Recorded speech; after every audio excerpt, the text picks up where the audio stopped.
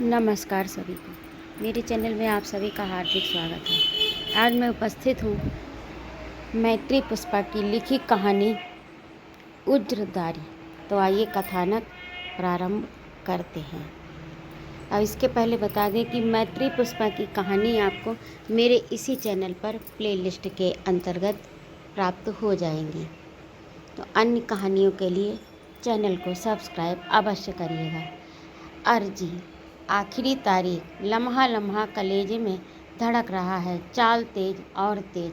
आगे आगे प्रधान चल रहा है। लंबा चौड़ा, रंग रूप से सुंदर, 30 साला जवान, पहनने ओढ़ने से सलीकेदार, कंधे पर चमड़े की काली पट्टी के सहारे बंदूक लटकी हुई है। घर से जो निकला था तो उसे देखकर वह हंस पड़ी थी। कचहरी जा रहे हो या थाने की गश्त?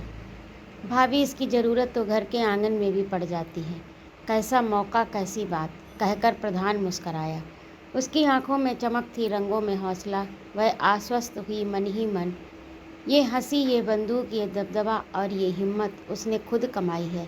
प्रधान का इरादा जानती है। नया खून अर्जी दिलवाने नहीं, धमाका करने जा रहा हो। ज्यों धमाके के कारण बरसों की साजिश पीली पड़ जाए बेरक्त। उसके भीतर खून नहीं, बारूद सुलग रहा है। प्रधान ना आता तो क्या? शांति ने अपनी 35 वर्ष की अवस्था में ऐसी सनसनाहट अनुभव नहीं की।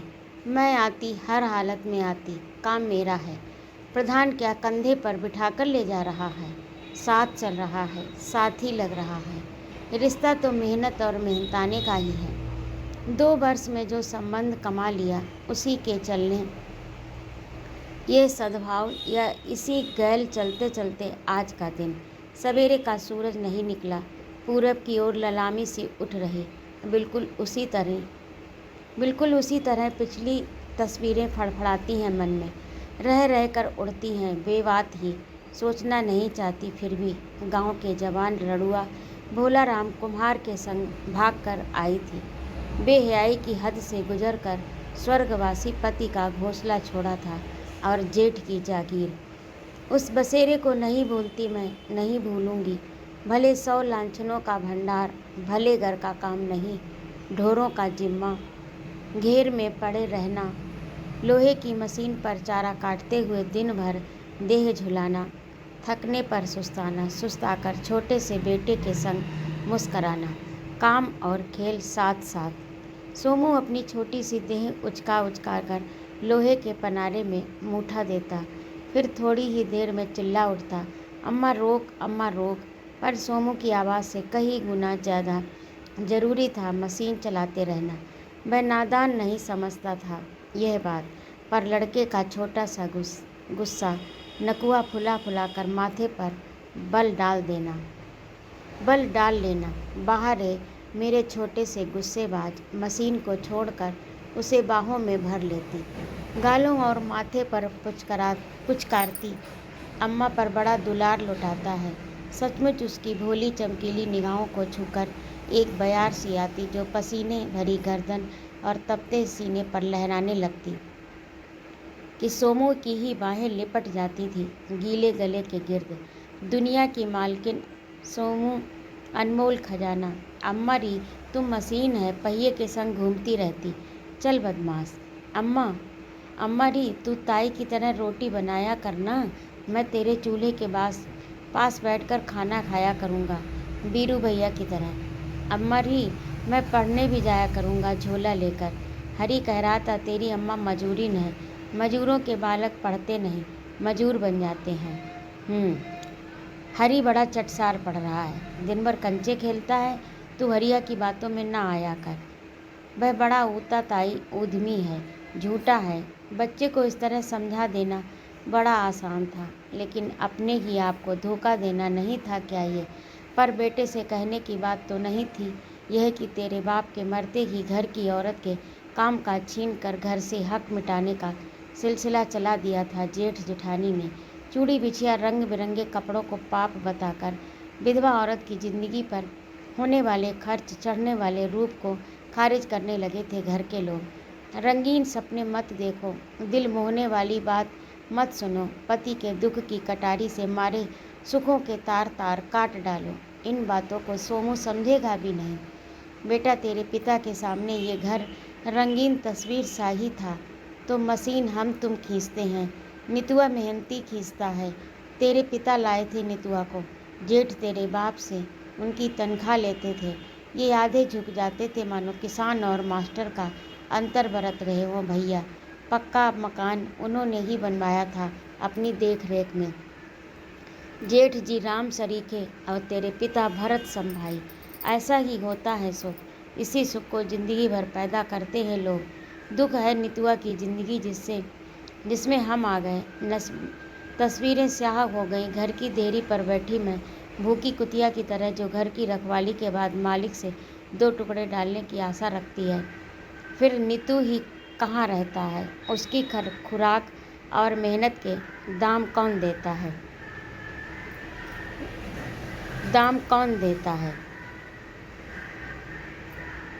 उसकी खुराक के दाम कौन देता है? उसकी खुराक और मेहनत के दाम कौन देता? जेठ जी ने यूं ही नहीं निकाल दिया था। वह हल की मूठ तोड़ने का कसूरवार था। कमर पर लात देकर भगा दिया। पीछे से एक भद्दी गाली दी।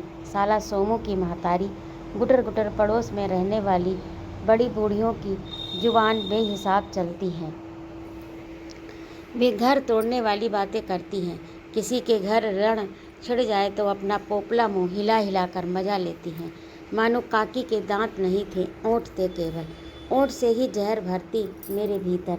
बाबरी कब तक करेगी इनकी बेगार? 4 मेहनतियों का काम डाल दियो है कनास बद्री ने। छोरा अलग बागड़ बिल्लू, मेरी तेरी चिलम फिर भर तो फिरेगो। मैं जानती थी सब कुछ, इसमें नया क्या था? हर औरत की आदमी मरने के बाद यही दशा होती है। गांव में क्या 2-4 विधवा नहीं हैं? वे विधवा स्त्री नहीं हैं, फिर ढोर पशुओं में मिला दी जाती हैं। मुछी का मुंह ढकने की जाली बांधकर बैल की तरह काम करने का साधन। मैं आदमी थी तब तक, जब तक आदमी का हाथ सिर पर था, जब तक श्याम नारायण की पत्नी थी। अब इसमें गुरेज भी क्या मानना? जिठानी ने समझा नहीं दिया था, 15 दिन बाद ही आदमी मरा है। दुख तो है, पर ये बात तुम महतारी बेटा के पेट तो नहीं बांध ले गया संग? और ऐसे बिठाकर कौन खिला देगा री जिंदगी भर? मैं मन मारकर उठ खड़ी हुई। दुनिया का दस्तूर भूल गई। क्यों? पता नहीं क्यों। जिस पति के लिए जार जार रोती रही पूरे 15 दिन, रोटी पानी का ध्यान छोड़कर उसकी छाया में लीन रही, अब तक उसी आदमी के लिए गालियाँ निकली मुँह से। इन निर्दयियों में छोड़ गया सत्यानाशी। कमाई कर करके इनकी जेबें भरता रहा और बड़ाई लूटता रहा। कुछ कहती तो उछल जाता कि बड़े भाई से हिस्सा बांट करूं। वे मेरी गृहस्थी नहीं देखते क्या? फूट पड़वाने में औरत माहिर होती है। अब देख ले, तेरे बड़े भैया को हमारी रोटी भी कसकती है। मझधार में दगा दे गया बैरी। पुत्र पैदा हुआ था तो गांव भर को जिवाया था। अब वही बालक भूखा रोता रहता है। लोग कहते हैं भाग की खोटी शांति, पर मैं कहती हूँ तुम दोनों भाइयों की सताई हुई हूँ। तू तो संत बनकर चला गया हमारी राह में कांटे बोकर। कड़ाके की ठंड थी, अंधेरी रात, अगिहाना सुलग रहा था। द्वार पर की छाती में लोग बैठे ताप रहे थे। हवाएं तेज हो गईं, चिंगारियां उड़ने लगीं। आँच पर राख डाल दी जेठ ने। लोग उठ गए, घरों के द्वार बंद होने लगे। मैं थी कि अंधेरे में आंखें गाड़े बैठी, राख झाड़कर अपने ही सीने में जलते अलाव के उजियारे में सब कुछ देख रही थी। सोमू अभी तक नहीं आया। 11 साल का बच्चा खेत में पानी काट रहा है। 25 साल का नितुआ तक नहीं रुकता था इतनी रात गए तक। ये कसाई इतना तक नहीं सोचते कि कोई सियार जिनावर बच्चे का बूता कितना चीख चिल्ला भी नहीं पाएगा। पर रोज रोज यही हालत। पेड़ पर कोई पाखी फड़फड़ाया, फट फट, देह की रग रग हिल गई। द्वार खोलकर निकल पड़ी खेतों की ओर। पर्दा लिहाज त्याग कर चिल्लाने लगी, सोमू सोमू। मानो काकी की बातें कान कुरेदने लगी। न्यारी हो जाओ, तेरे क्या हिस्सा नहीं? बड़े भैया से हिस्सा बांट। पति की आवाज़ आई स्वर्ग से, तू तो मर ही गया, हमें जीते जी मार गया। लाज लिहाज और मर्जाद की कटार घोंप गया हमारी छाती में। इस कटार को निकाल कर जिंदा रहूंगी तो न्यारी ही होंगी। होगा तेरा बड़ा भैया, मेरा तो हिस्सेदार है, हिस्सा खाने वाला बेईमान हिस्सेदार। पता नहीं कौन सी औरतें मरे हुए पति को रोती हैं। मैं 15 दिन से ज़्यादा भरम नहीं रख पाई। रिश्तों के खिलाफ आग बड़ी जल्दी ही भड़कने लगती है। शायद पेट में जलती लौ ने लुत्ती लगा दी कि आग फैलती ही गई।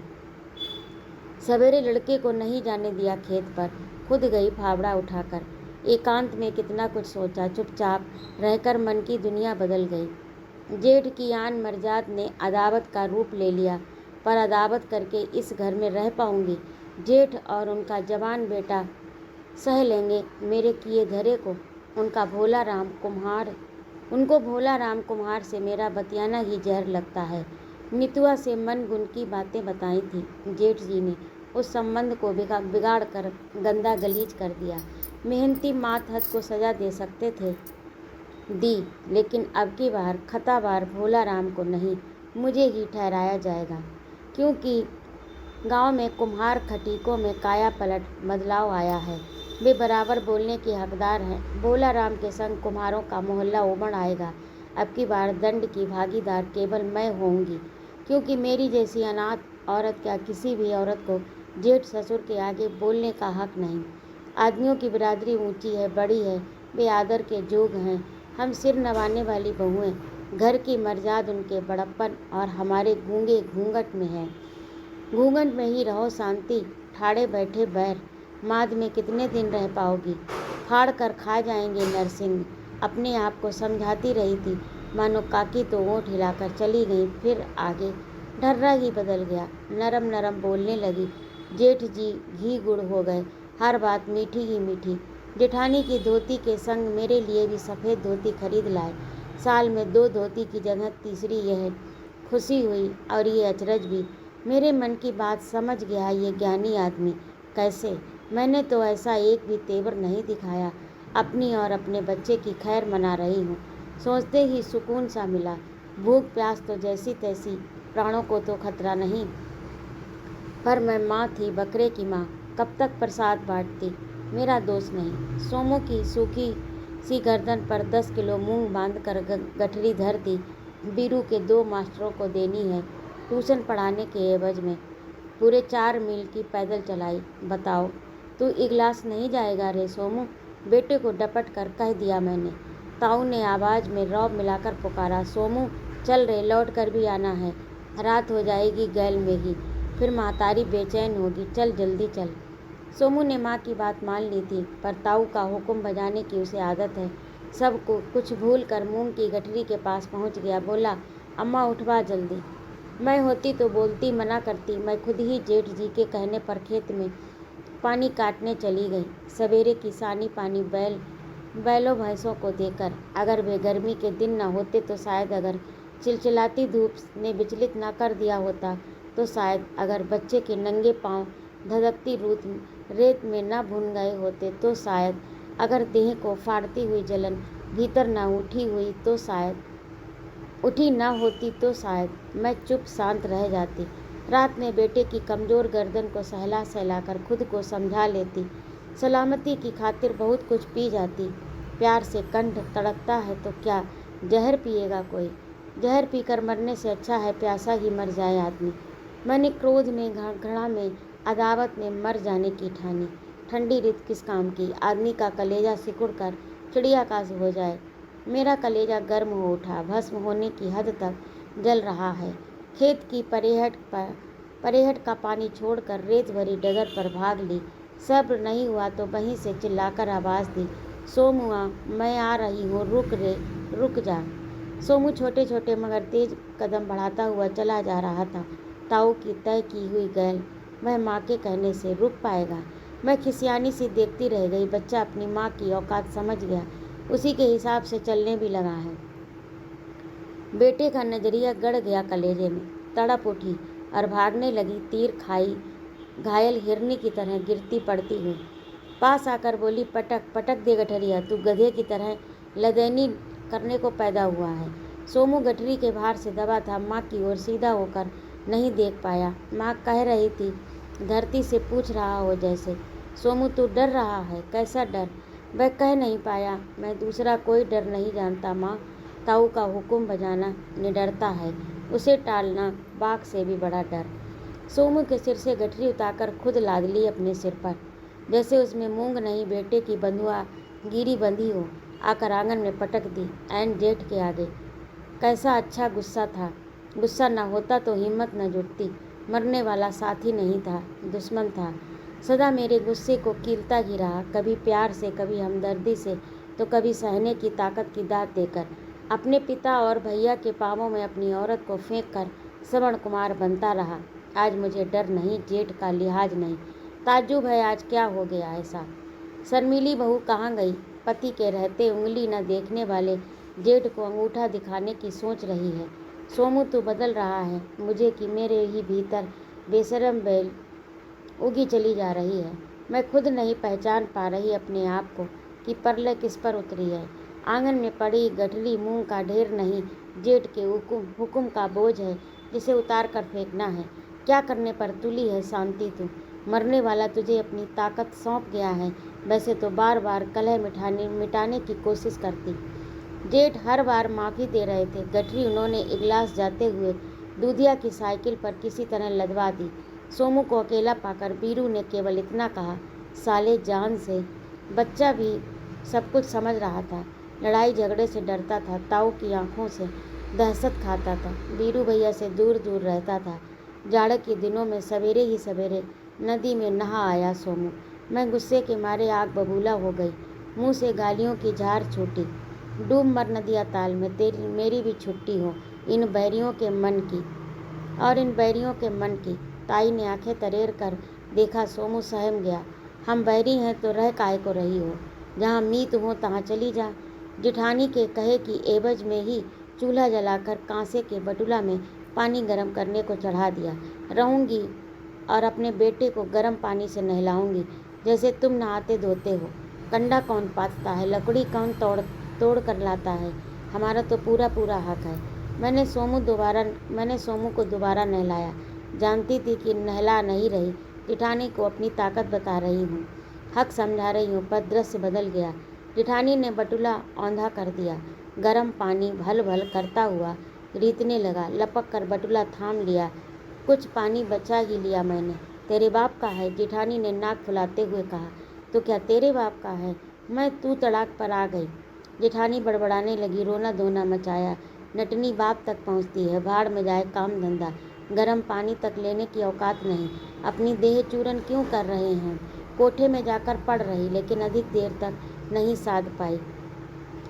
भूखा प्यासा पड़ा रहना रास नहीं आया। बैठक में ससुर पड़े रहते थे बीमार। कितने दिनों से नहीं देखी बूढ़े ने। जब बच्चा से ही पूछताछ कर लेते। पर्दा न करती होती तो 10 बार आती। पर्दे की छोड़ो, बीरू जो बैठा रहता है पहरे पर कि कहीं बाबा सोमू को न दे जाएं दवा छिपा। बूढ़ा आदमी दबे गड़े के ऊपर खूब सेवा कराता है। बस सारा घर लगा रहता है बूढ़े बाबा से। ले लो थाती तुम ही, मैं सोच लेती। आज बैठक में जा पहुंची जिनकी सदा आड़ की हो। बिना कारण पर्दा खोल देना मेरे बस में नहीं। लिहाज की आदत पीछा नहीं छोड़ रही। लाज खून में ही मिल गई थी, जो मौके पर बोलने से बरसने लगती। आदर में पाँव छुए, परस काम आया। पाँव पर हाथ धरते ही बूढ़ी काया में गति आई। अरे छोटी बहू है क्या। मैं मौन हूँ घूंघट में। बखत खोटा है री तेरा, और ये हैं बेईमान। मैं अब भी खड़ी थी अभागिन बनी। बेटी मैं उठने जोग होता तो उस समय जेठ खांसे। मैं वापस मुड़ ली। बूढ़े की लाचारी में उनकी ख्वारी करने से क्या फ़ायदा। आंसू बहाकर तकिया भिगोने के अलावा बाबा के बस का कुछ भी नहीं। रो रो कर तंग आ चुकी हूँ। रोना अब सहन नहीं होता। बीरू, मैंने पूरी ताकत लगाकर कुछ कहने के लिए आवाज़ दी। हाँ चाची। बीरू फरमावरदार बालक की तरह आया चाची के पास। बीरू के बलिष्ठ होते शरीर को भर निगाह देखा और हौसला बांध कर कह डाला, अपने पिताजी से कह दे बगल वाली ज़मीन पर मैं छप्पर डालूंगी। हैं क्या, कह देना अपने पिता से। बीरू कुछ देर चुपचाप खड़ा रहा। बंटवारे के लक्षण पड़ रहे हैं, वह भी जानता है और ये भी समझता है कि बाप किसके लिए अजगर की तरह ज़मीन पर कुंडली मारे हुए बैठना चाहता है। चतुर बीरू, पढ़ा लिखा बीरू चाची के तेवर खूब पहचान गया। जाना बेटा, विनय पर आ गई मैं। बीरू चला गया, लड़का भला लगा मुझे। कान बीरू के कदमों के साथ साथ पैर तक गए। सब कुछ सुनना चाहती थी, थोड़ा आगे सरक आई। चाची बंटवारे की बात कर रही हैं पिताजी। अरे वाह रे सांप के सपेलुआ, एक बालिश जगह पर छप्पर डालना बंटवारा है। हैं? बेटे की तरह बाप ने भी ताज्जुब किया और मुझे भी ताज्जुब हुआ कि छोटी सी सुई भर धरती की मांग पर हैं करके घर भर दिया इन लोगों ने। हाँ न कुछ नहीं, लंबे लंबे हुंकारे फैल रहे हैं। चेहरे पर मुर्दनी छा गई, जैसे खून मांग लिया हो इनकी देह का। सोमू बिल्ली के बच्चे की तरह मेरे पीछे आ दुबका। समझ गई कि कुत्ते की सी खूंखार आंखें किसने दिखाई हैं। बीरू की छाया वहीं डोल रही थी। तम्बाकू की फंकी वाला हाथ जेठ जी के मुंह की ओर गया। तम्बाकू की फंकी वाला हाथ जेठ जी के मुंह की ओर गया। झटके से सिर की टोपी उलट गई। थूक मिले स्वर में नरमी थी कि मेरा ही बहन।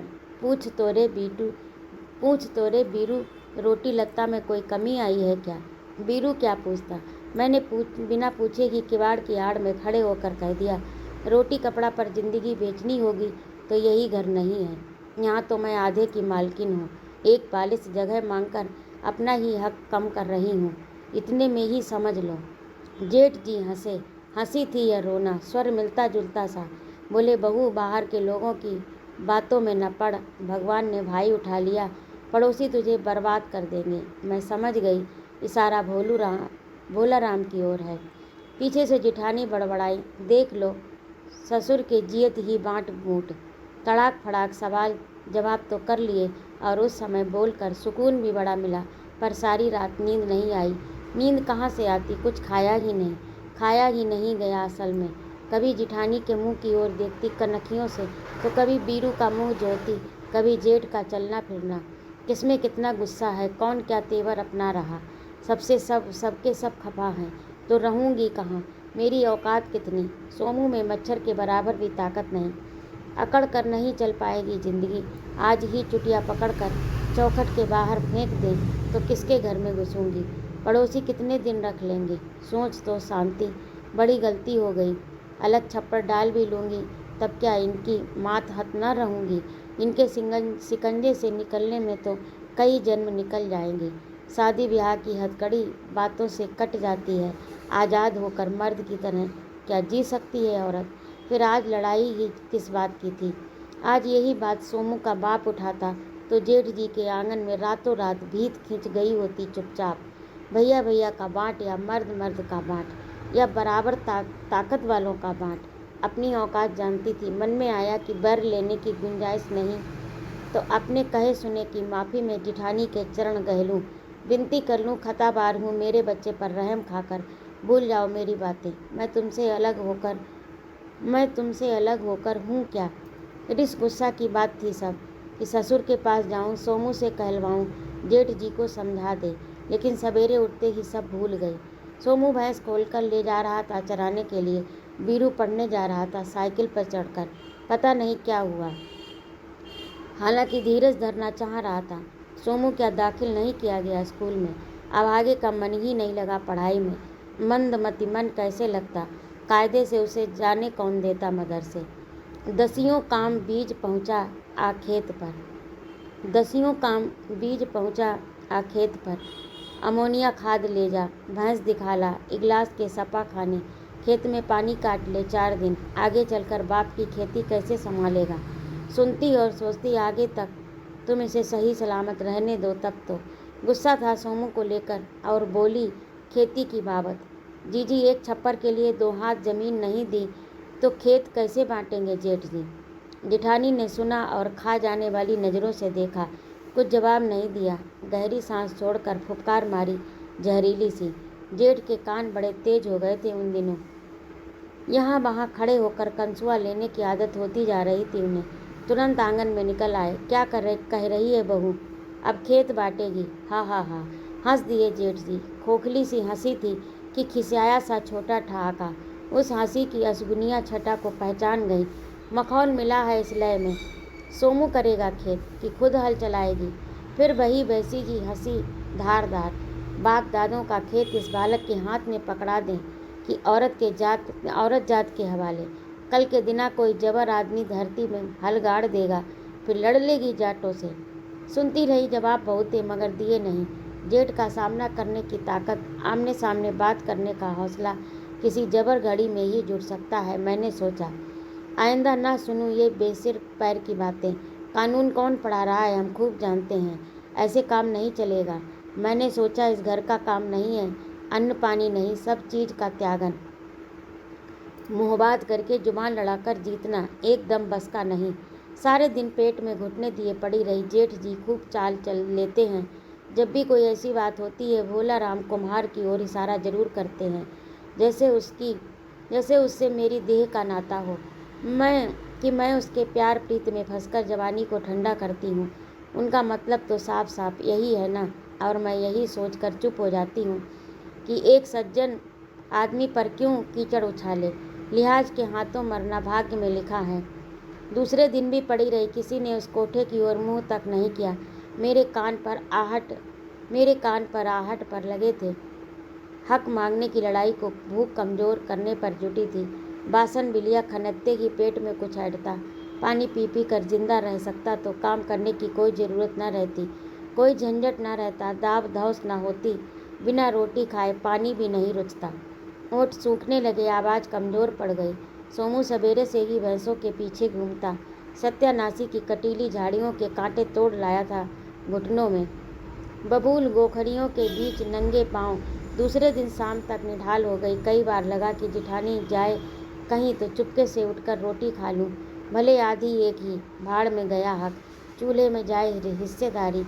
माँ बेटा मेहनत कर रहे हैं तो खा पैन नहीं रहे क्या। घड़ी घड़ी बदलता मन। सोमू सांझ ले आया, अपने हिस्से की रोटी और मठा कोठे में ले आया। पास आकर मनाता हुआ सा बोला, खा ले अम्मा, इस छोटी सी जान को मेरी भूख प्यास की था है। उठ बैठी, एक दो कौर खा लिए कि पेट में चैन पड़ता गया, गुस्सा भी ठंडा। जिठानी ने आंगन में मुनादी कर दी, कोप भवन में ही खाना पीना कर रही हैं कैकई रानी। हाथ से कौर छूट पड़ा या अपनी आन जताने को छोड़ दिया ग्रास। सोमू सारे घर को खुश करने में लगा था। कभी ताऊ के पांव दबाता, कभी उनको खुश करके शाबाशी पाता। महतारी कंकालीन है, सोमू में कसर नहीं। ओछे खानदान की जो ठहरी। बीरू भैया की किताबें लाद कर एक गिलास रखाया। आकर बोला, अम्मा अब हमसे कोई रिस नहीं। बीरू भैया ने अपनी टोपी दी, खेलने की टोपी। देखो, टोपी पहनकर वह कड़ी धूप में माँ के बदले खेत निराने पहुँच गया। चारे की मशीन चला रहा था। मैं कुड़कर रह गई। उस लड़के ने होश आते ही इनकी चाकरी करना सीख लिया। मात हती इनके खून में घुल गई। जेठ जी को बहू की याद आई। 3 दिन से ऐन थन के ऊपर वाला भाग ताने हुए खड़ी थी। भैंस कोई दूहने बैठता लतिया देती। सदा मैंने दुहाता काली भैंस को, पूरा 10 किलो देती थी, दोनों छाक सुबह शाम। भैंस खूंटा तोड़ रही थी, पागल हो रही थी। जेठ की छाती में लात मारी काली भैंस ने। एक कोठरी भर जमीन की मंजूरी मिल गई। जेठ जी राजी हो गए। सो उठ बैठी, हुलस उठी। ना मालूस सी ही सही, लेकिन अपने निर्णय की पहली जीत। भैंस दुहलाई, रुका हुआ दूध हड़िया भर गई। खुशी में भूल गई कि भोला राम कुम्हार के लिए क्या क्या कहा जाता, किस रिश्ते से जोड़ा जाता। जल्दी जो मची थी, छोटी बच्ची की तरह डर भी रही थी कि ये खुशी कोई छीन न ले।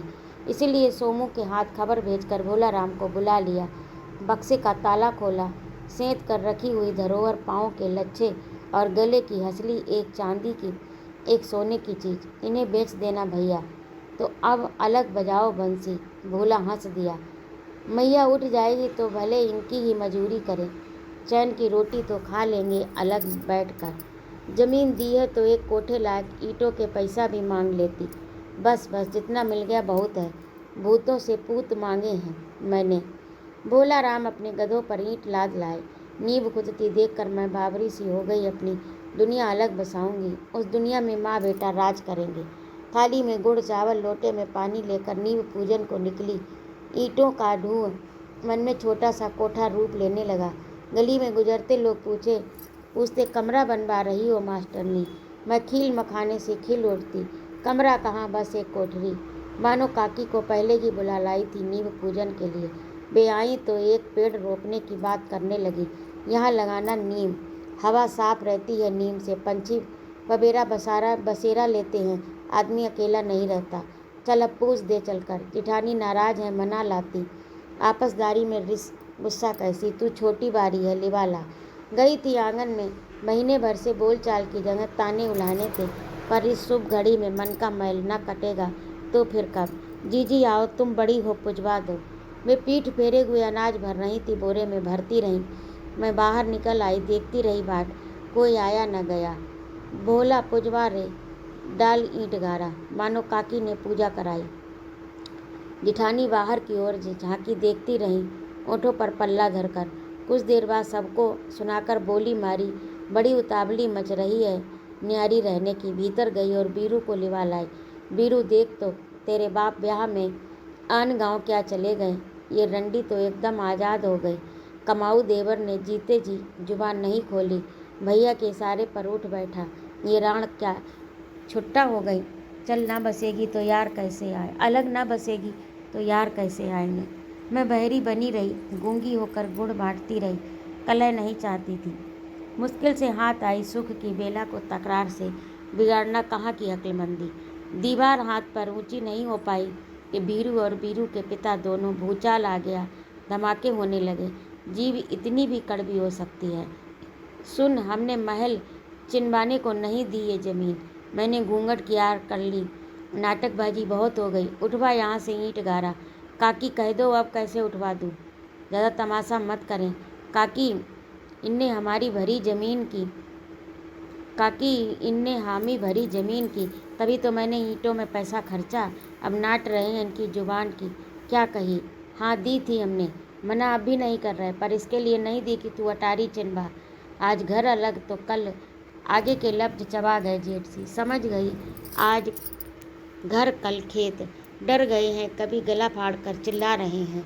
बढ़ते ईंटों के ढेर की ओर देखा, नींव की ऊंचाई बदस्तूर चल रही ऊपर की ओर, और मैं पुख्ता होती चली जा रही हूँ। दीवार के मुकाबले छोटा पड़ जाना नहीं सहन कर पाए जेठ जी। दूनी तेजी से आगे को लपके ओठों से झाग भर आया, तू मानेगी नहीं बीरू, कर तो दे इसे ठीक, साली की बोटी बोटी बिखर जाए, फिर देख लेंगे इसके हिमायती को। सोमू चिल्ला पड़ा, नहीं ताऊ नहीं, अम्मा को मत मारना। बीरू आंखों में ही चबाने लगा बच्चे को और बोला, हम कह रहे हैं मान जाए अपने आप ही, माँ समान है क्या, हाथ उठाएं। नहीं अब तक तो, आ जा मार, अन्यायी बाप के कहे से मार। तू तो किताबें पढ़ता है न न्याय की, ये ज़मीन मेरी नहीं है, अपने बाबा से पूछ कर आओ, मरने से पहले क्या बता जाएं, मैं उनकी बहू नहीं हूँ। इस गांव के आदमियों से फैसला करा कि मेरे ब्याह में बाराती बनकर नहीं गए। लाला ना मानोगे तो पंचायत जोड़ूंगी, समझा क्या रहे हो। जुबान लड़ा रही है बदफरोश, जेठ जी चिंगाड़े। लोग जुड़ गए लेकिन बोले कौन, पराए घर के मामले में टांग अड़ाए कौन। हक मार लोगे किसी का, मैं सरकार दरबार लड़ूंगी। हाँ, जेठ जी का अपने ऊपर काबू ना रहा, बीरू की जगह बेगी चढ़ बैठे मारने पीटने को। सोमू माँ से लिपट गया, मुंह फाड़ कर रोने लगा। तमाशा, लोग तमाशा देख रहे हैं। बीरू ने बाप को रोका तो दो चार जने आगे बढ़ाए, मिली जुली आवाज़ें, अरे अजस मत करो ऐसा, ये भी बाबरी है, कोठरी बना के ही क्या लेगी, बेकार की रार कल है। भाई जो कर रही है करने दो, जागीर नहीं मांग रही बद्री से, फिर कल के दिन उसका लड़का भी बड़ा होगा। भोला राम से ना देखा गया, आगे आकर बोल पड़ा, शांत रहो लाला, तुम तो रामायण भागवत पढ़ते हो, तू चुप रहना कुम्हार के आग में घी पड़ा हो जैसे, तुम मारते रहो और मैं चुप रहूं। कुम्हार चमार की बात छोड़ो, जाति बखान कर हमें चुप कर देने के जमाने लद गए। भोला राम को देखकर मानो काकी की हिम्मत बंधी, वे गालियां देने लगी, तुझे नरक में भी ठौर नहीं मिलना। काकी मुंह बंद करो, हमारे बीच में बोलने वाली तुम कौन, हमने कुछ पूछा है तुमसे, चली आई पंचायत छाटने। जेठ जी ने अपना सारा रोष काकी पर निकाल दिया, फिर धरती पर हाथ मारकर बोले, काकी कोठा तो आज बने न कल। मैं हिम्मत बांधे खड़ी थी, लेकिन टांगें कांप रही थी। आंखों के आगे अध बनी दीवार में गीला गारा और ताजी ईंटें खड़ी थीं, लेकिन कारीगर की कन्नी रुक गई थी। सूरज छिप गया, अंधेरा उतर आया, मैं दीवार के पास ही बैठी रही। उस घर में कैसे जाए कोई, जहाँ हमें उखाड़ने की साजिश चल रही, और फिर जाए कहाँ। जो अंदेशा था वही हुआ, ये नौबत ना आ जाए, इसी कारण मुँह में मूछिका सा लिए दिन काट रही थी। होनी को यही मंजूर था, लेकिन सोमू पास ही कच्ची मिट्टी पर बैठा था। घर नहीं गई, मानो काकी के घर चली गई। वहीं बनाया खाया, वहीं लेटने बैठने की बात सोच ली। मजूरी तो यहाँ रहकर भी हो सकती है। हेटी किसकी होगी? पराए घरों की मशीन पर चारा काटूंगी, उनका गोबर डालूंगी, खेत निराऊंगी, जेठ की मूछों पर भूमर आग डालूंगी, होने दो धू धू। इस छोर के हाथ आते ही निहायत जहरीली सी खुशी हुई थी, जिसमें मैं जेठ की नाक धरती पर रगड़वा सकती थी। लेकिन बद्री प्रसाद किस मिट्टी के बने हैं मालूम न था। ज़्यादा रात होते ही मानो काकी के घर आ गए बीरू को लेकर। काकी से प्रेम और आदर की बातें करने लगे आंगन में बैठकर। काकी तू बूढ़ी है, दुनिया देखी है, इस गांव में किसका मुँह उजला है? पंचायत करा लें, शांति देखे कौन बोलता है, हमें सीख कौन देगा? प्रधान जो अपनी चाची का पूरा हिस्सा दावे बैठा है, रामचरण जिसने ननसार में जाकर मामा का खेत कब्जा कर लिया, अब मामा को रोटी देने में भी आलकस मानता है। जगदीश तेरे सामने है जगदीश की कहानी। खमनी इसका कौन लगता है? खाम खां चाचा बनाए फिरता है कि छिद्दा से क्या रिश्ता नाता है। सब खेत हड़पने के गुर हैं, खूब सेवा कर रहा है दोनों की। बात यह है कि बूढ़े हैं, बीमार हैं, निर्बल को ठगना आसान है। काकी वे मुझसे क्या कह सकते हैं बता। अरे ये तो हमारा घरू मामला ठहरा।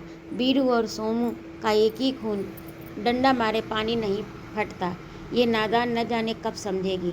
अकेली रहकर देख ले, इस गांव के ही 4 गुंडा मिलकर इज्जत खराब कर देंगे। हमने दुनिया देखी ही, ऐसे ही नहीं रह रहे घर बनाने में। मैं घूंघट किए सिर झुकाए बैठी रही। पिता समान जेठ समझा रहे थे। अनजाने ही एक एक तेवर हथियार की तरह गिरता गया। शायद भविष्य की बातें सुनकर घबरा गई थी। इसी गांव में पराए घरों में चाकरी करूं, ऐसे संस्कार न थे।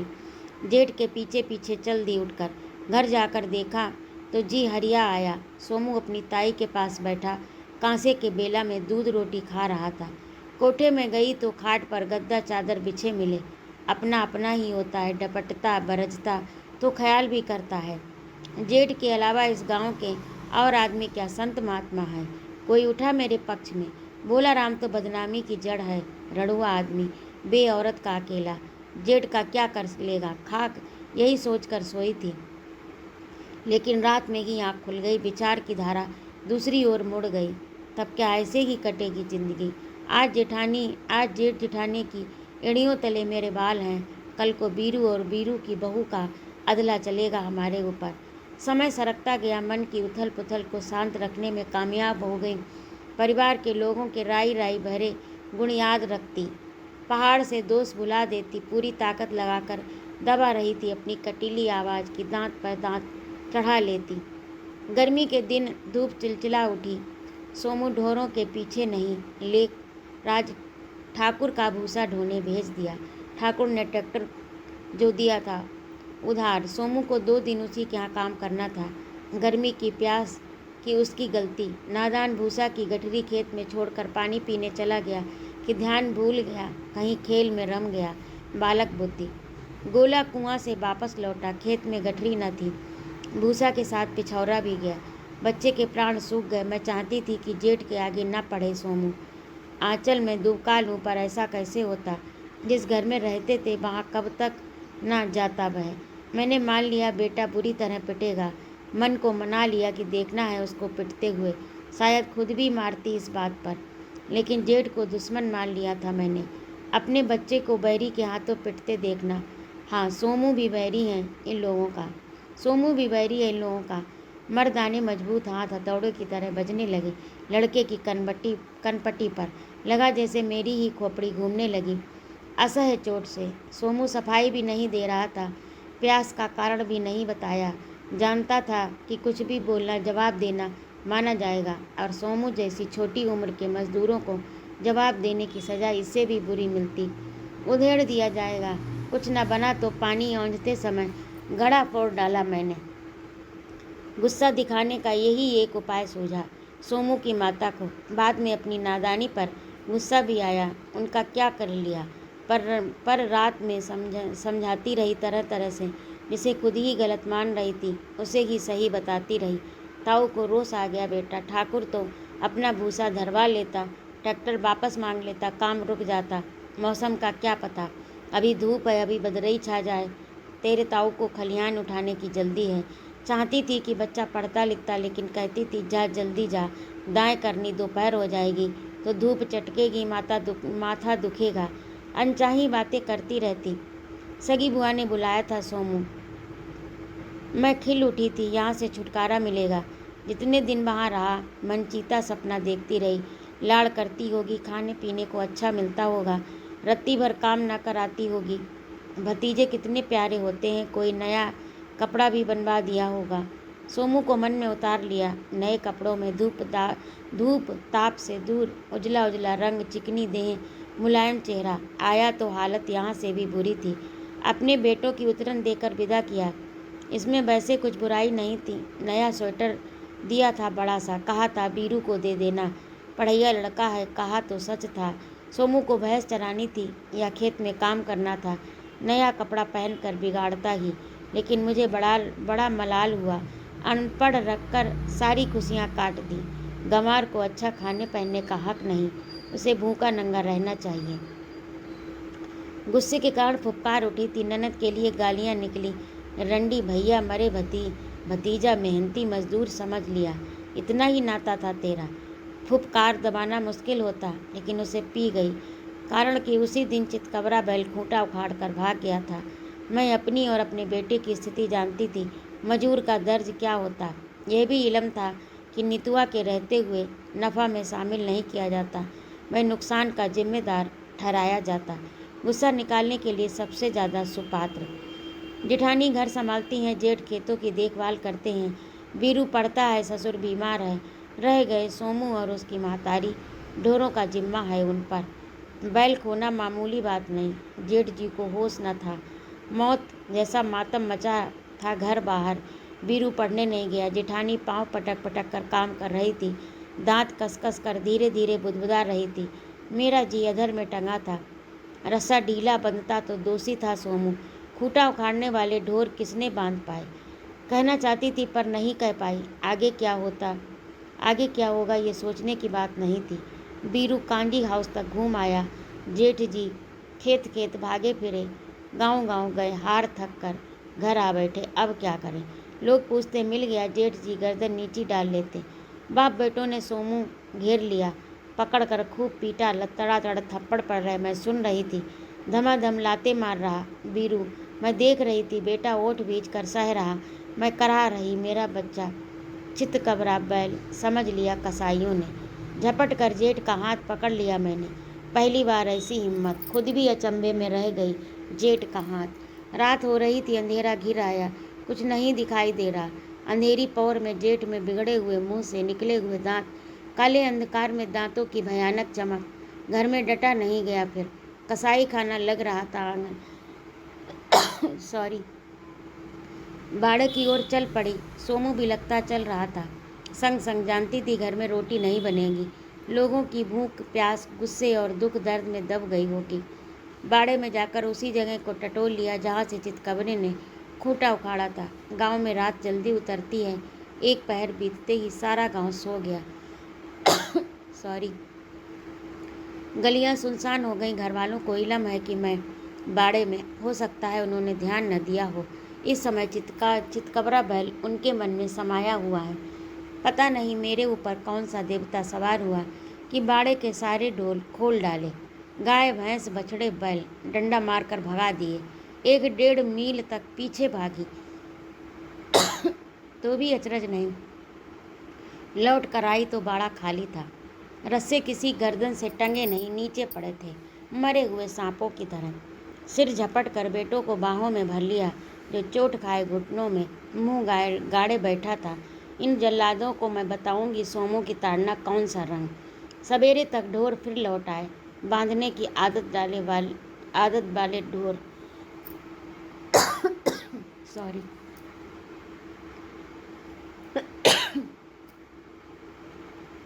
छुट्टा घूमने में उन्हें खतरा लगता था। हम भी मानस जन्म धरकर भी नहीं। इस घर में पेट भरने का आसरा जो है, मार खाकर भी पड़े रहेंगे। अकेला चितकबरा बगावत कर गया। गुस्सा हुआ आदमी जब शांत हो जाए तो पिछला क्रोध उसे बेवकूफ़ी लगता है।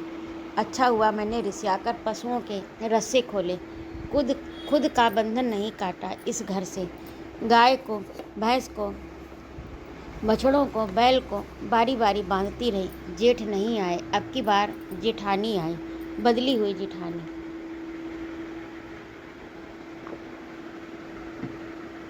बाहें पकड़ ली, शांतिया घर चल, बेड़ा घेर में बैठे शोभा देती है घर की बहू। मैं कहीं शोभा नहीं देती जीजी, तुझे बीरू की कसम है, चल उठ, हम तुम रहेंगे, 2-4 बैल आ जाएंगे। ये भी गुस्सा में पागल हो जाते हैं, ऐसे मारा जाता है बच्चा को। इतना सब काफ़ी था, किसी ने हम माँ बेटे के लिए इतना सोचा ही न था अब तक। जेठानी के भीतर बैठी माँ का आंचल खुला, ममता जागी है। आदमी जात के बस का कहाँ ये मोह माया।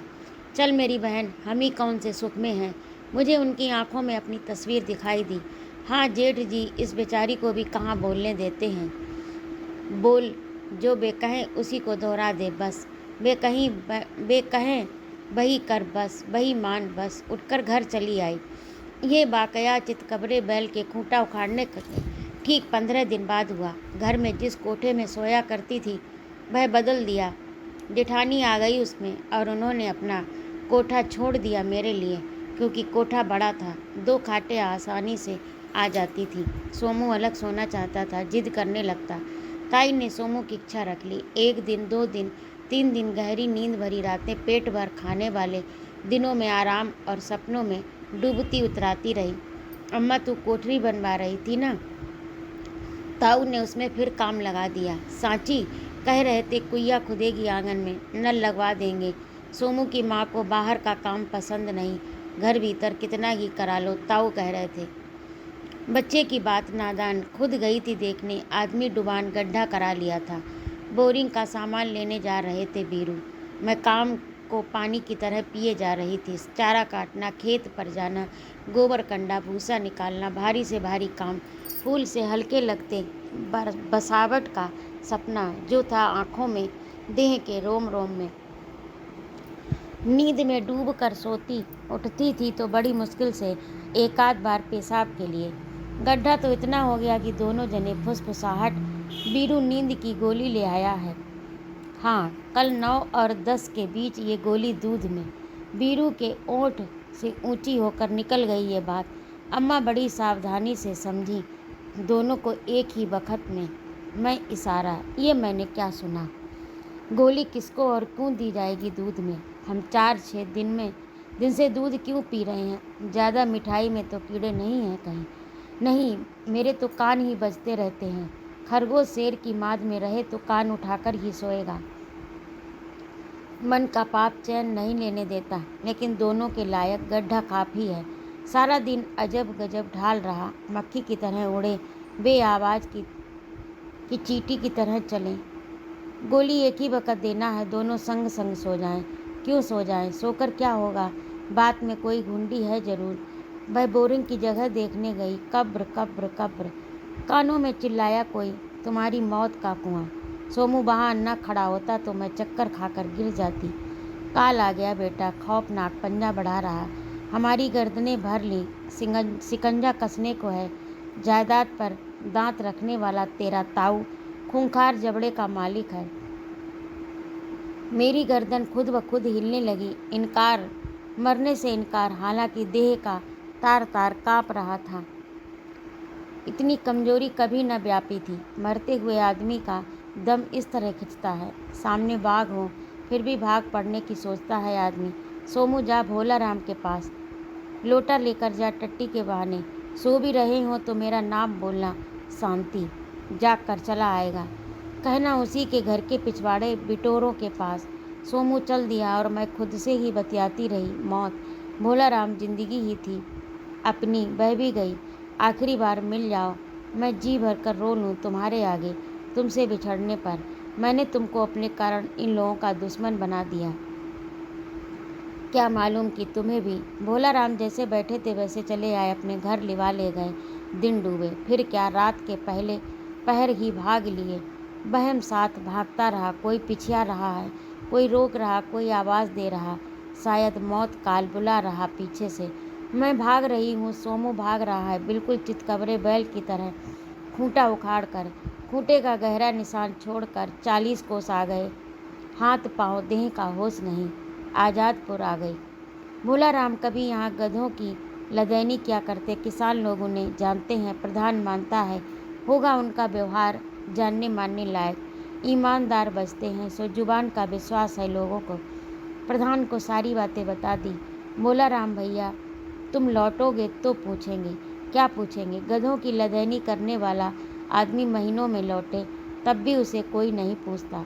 मेरे तो फिर घर न घरवाली, वे ससुर कौन जात। चिंता मत करो, आते रहना भैया, ये भी कोई कहने की बात है।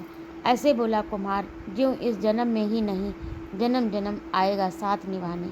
जाते हुए भोला राम की पीठ दिखती रही, तारे सा ओझल हो गया। फिर सोमू को खोजने की बेवकूफ़ी कौन करेगा। प्रधान मुस्कुराकर बोला, भतीजे में से हिस्सेदार कब निकल पड़े, समझती हो। माँ बाप के यहाँ क्यों नहीं चली गई। अपनी बैठक में दरी पर मुझे और सोमू को बिठाकर चाय पीते हुए पूछा था प्रधान ने। जवाब की जगह गहरी सांस आई मुझे। माँ बाप बहला फुसलाकर उसी खूंटे बांध जाते। डोली निकाल चुके थे, बेटी की अर्थी उनके घर से ही निकलनी चाहिए। कहते कहते मेरा मुंह कड़वाहट से भर गया। दोष उनका नहीं, वे लोगों से डरते हैं। 2 बरस बीत गए आज़ादपुर में। प्रधान जी के घर की टहल है मेरे जिम्मे। गोबर पानी, दाल नाज, छरना फटकना, मौका पड़े तो खेतों की रखवाली करना। सोमू ढोरों की देख रेख में माहिर है। अब तो अपने बाबा की तरह ढोरों के रोगों का जानकार बनने लगा। यहाँ आकर दहशत गुम हो गई। सोमू बातें करना सीख गया खूब। 16 साल का लड़का। मसें भीगने लगी हैं। प्रधान की दयालुता दिन पर दिन बढ़ने लगी। वह यही समझता है नहीं जानता कि भाभी मेरे सिर पर हाथ धरकर प्रधान ने सच्चे प्रेमी की सी प्रार्थना की थी। क्या है लाला? गोबर सने हाथों को धोती हुई मैं पूछ बैठी। मैं तुम्हारे किसी काम आऊँ? घेर के एकांत में उसकी आवाज़ कपकपा गई। कांपो मत लाला, औरत में सूंघने की आदत बड़ी तेज होती है। भाभी कहकर वह 2 कदम पीछे हट गया। हंसी आ गई मुझे। नादान, फाटक जड़े चौक में दबोच भी लेता तो कौन रोकने वाला था तुझे। यह भी क्या पता था कि प्रधानी का डर न होता तो मैं ही बांध उखड़ा जा रहा था। बरसों बरसों का बांध आगा पीछा भूल गई मैं। शर्मा रहे हो, न जाने किस लम्हे कह गई। उसने अपनी बाहें बड़े सलीके से फैला दी और मुझे समेट लिया। मर्दों को धीरज नहीं रहता। फिर मैंने ही सुझाया, यहाँ नहीं कोठे में। मैं पीछे पीछे चला आया। मेरी देह दहक रही थी कि देह की पिटारी में मांस हड्डी के ठौर बैठ गई। एक नागिन लहराने लगी, फन उठाकर खड़ी हो गई। आज़ाद औरत की आज़ाद लालसाएं। जब जब पति का ध्यान आया, कड़वाहट भर गई। छाती में बैरी खुद तो परम धाम चला गया और हमें थमा गया। सती की कंठी की फेरती रहे और पिट घर वालों से। भले जान खो दे, मैं आसमान में तेरी लाश पर फूल बरसाऊंगा, बाजे दुंदुबी बजाऊंगा, स्वर्ग दिलाऊंगा। पहले संसार ही तो मिल जाए। स्वर्ग किसने देखा है अन्यायी। प्रधान का हाथ फिरता गया देह पर। अंग अंग जाग उठा, रेसा रेसा चीख उठा कि यही है जीता जागता स्वर्ग। मैं पाप कर रहा हूँ भाभी, मैं पाप कर रहा हूँ भाभी। आनंद में डूबकर झूठ बोलते हो लाला। इतना कहकर अपने भीतर उतर गई। तुमने मेरी मरियल काया मजबूत कर दी, कटी घिसी देह नई बना दी। हो सकता है उंगलियां उठे कल को, पर गर्दन पर खंजर चलने वाला था तब। चाल चलन की धज्जियां उड़ाई जाएं, लेकिन हमें मरे जीव की तरह गाड़ देना। जिंदगी बड़ी प्यारी होती है, इसे बचाने को ही तो आड़ मरजात के लबादे उतार फेंके। पर प्रधानी, पता नहीं ये आदमी उसे क्या समझाए। हो सकता है कह दे हिस्सा बांट कर लाएगी, जेठ से आएगी तो यहीं खेत ना आए, रकम आएगी। वैसे भी हम उनके घर के मजूर हैं। सोमू का पसीना भिगोए रहता है प्रधानिन को। वे भी क्या काम चाहती हैं, ऐसे ही जैसे सोमू के बाप चाहते थे नितुआ को। प्रधानिन बहना, मैं एक एक हथियार जुटा रही हूँ जिंदगी जीतने के लिए। भले हार जाऊं पर जंग की तैयारी। इन 2 वर्षों में अपनी कीमत जानी, जिसे जेठ के टुकड़ों पर गिरमी रखे हुए थी। रोज रोज मार खाता हुआ अधपगला होता जा रहा था सोमू। देखकर नहीं लगता कि ये वही है। कठोर मेहनत करनी पड़ती है तो हाथ पाँव भी लोहे में ढल गए, माना कि घर छोड़कर भाग आई, डरपोक चिड़िया की तरह रातों रात उड़ी। अपना जीवट कचोटता है तो भाग कर क्या ले लिया? शरण ही ना, मजूरी ही ना, पराए मर्द को चुराकर 2 पल का सुख ही ना। इसमें क्या शक कि कमज़ोर आदमी चोरी चकारी करता है, दीन होकर पराई शरण मांगता है। चाहे तो सोमू का बाप स्वर्ग से थूक सकता है मेरी जैसी स्त्री पर। औरत पुछती है घर के भीतर, घर की दहलीज लांघते ही लुटती है, मैं लुटी कि लूट लिया प्रधान लाला को। खैर, सोमू का बाप कुछ भी सोचे, मरे आदमी की इच्छा क्या अनिच्छा क्या, सब हमारे ही मन के ढोग हैं। नहीं तो आता ना कभी रक्षा करने, अपमान में ही टंगा रहा जोरू की जांच पड़ताल को। भैया के पाप नहीं दिखे अंधे को। चलो जेठ जी के चलते हम कहीं नहीं न जाने कहाँ। हिस्सेदार गुम हो जाए तो आदमी राजा अपने आप हो ही जाता है। रास्ता साफ, पर मैंने भी सोचते ही दांत कस लिए। लो आ गए भोला राम। 6 महीने पहले आए थे, कहते थे ससुर जी की चला चली, बचे और न बचें। देख आऊँ, कई बार सोचा था पर पाँव नहीं पड़े। नाराज थी भीतर ही भीतर, आंसुओं से रोता बूढ़ा कलेजा कसकर। 4 बीघा खेती नहीं लिखा सका मेरे नाम, दया तरस कौन न बरसा ले। अंटी खोल कर देने वाली छाती बिरलों की ही होती है। भाभी चले गए डोकर, भोला राम ने बैठते ही कहा। भाभी चले गए डोकर, भोला राम ने बैठते ही कहा। जबकि मरे की खबर ऐसे नहीं दी जाती। ले गए बांध कर। क्या क्या ले गए? मैंने पूछा। जबकि बुजुर्ग की मौत पर मुँह से नहीं, आंखों से काम लिया जाता है, आंसुओं का जल ढारा जाता है याद में। सच में मेरा मन पत्थरों का जंगल हो गया, पिघलना भूल गया। नमी का क्या काम? नमी रहेगी तो जोत लेगा कोई न कोई। ये बात गहरे बैठ गई। जिंदगी में खतरे, आशंका, साजिशों के गुलते रंग बिखर गए, यहाँ वहाँ सब जगह। 13 हो गई। हाँ, अब तो तहसील कचहरी की भाग दौड़ मची है, तो जेठ जी की दिली तमन्ना पूरी होने वाली है। क्या पूछो, दुर्योधन की तरह ठाड़े हो गए हैं, सुई की नोक भर जगह नहीं। हाँ, हम बनवासी पंडा। कड़ुआहट आ गई होठों पर। एक आध आदमी ने तो ले धरिए कि अन्यायी तुझे सब पता है कि वे माँ बाप कहाँ हैं, तू जानबूझकर ऐसा दिखा रहा है कि वे। एक आध आदमी ने तो ले धरे कि अन्यायी तुझे सब पता है कि वे माँ बाप कहाँ हैं, तू जानबूझकर ऐसा दिखा रहा है कि वे। अरे, इतना तो हम भी जानते हैं कि शांति भाग बिडर गई है। बेटे के संग मरेगी नहीं और ना अपने बालक को मरने देगी। बद्री भैया बिगड़ पड़े तो लिवा लाओ जाकर, बड़ा पेट ऐंठ रहा है। ओंठ भींच लिए थे मैंने, कोई भद्दी बात निकले। भोला राम पास सरक आए, फुसफुसाकर बोले, अब तो मैं तभी जाता जब वे मरे, पर मरना जीना तो आगे होने वाला था। सोचा कि पटवारी के बस्ते में दबी किस्मत का जायका लेता चलूं। कसर नहीं राखी पटवरिया ने, पर साले ये लोग डाल तो सिरकार पात। कचहरी से नोटिस आया कि रामचरण बल्द मिश्री लाल का बद्री प्रसाद के अलावा कोई और बारिश हो तो ठांस दो एक उजरदारी की दरखास्त। कहते कहते भोला राम की ठोड़ी हिली, नाक तनी, जबड़ा कस गया। कठोर आंखों से ऐसे देखा ज्यों वह मुझे धमाका करने के लिए कोई हथगोला थमा रहा। रास्ता ठंडे रेत भरे रास्ते पर सवेरे के सुरमई आसमान की छाया है। पूरब दिशा में दूर को धरती से छूता हुआ आसमान, किनारी से तनिक ऊंचा उठता लाल रंग का सूरज। अन उगे सूरज की पहली लालामी बिखर रही है। गैल गैल प्रधान की आवाज़ बही चली जा रही है, जल तरंग सी। भाभी सड़क के किनारे खड़ा पुकार रहा है। मैं उसे देख रही हूँ, आगे बढ़ती हुई कि समाती जा रही हूँ उसमें। तिरिया और पुरुष की माया में लीन 2 शरीर या एक संबंध, पाप कमाया या पुण्य, छूत लगी या पाक हुई, सती हूँ या बदचलन, गुत्थम गुत्था होते हुए किस्से का बेदम सिलसिला ढीठ हौसले में बदल रहा है लगातार। ताकत का शंख कौन फूंक रहा है? खून में आग के गोले की उज्रदारी की अर्जी पर लिखा आखर आखर छर्रा गोली। मैं आ रही हूँ।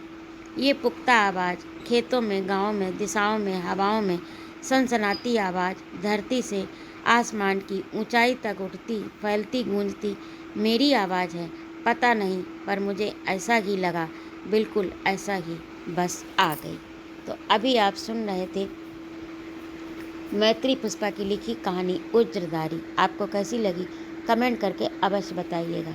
और यदि आपको मेरा कहानी सुनाना अच्छा लगता हो तो कृपया मेरे चैनल को सब्सक्राइब अवश्य करें, लाइक और कमेंट करें तथा अपने मित्रों में शेयर भी करें। सुनने के लिए बहुत बहुत धन्यवाद। जय माँ भारती।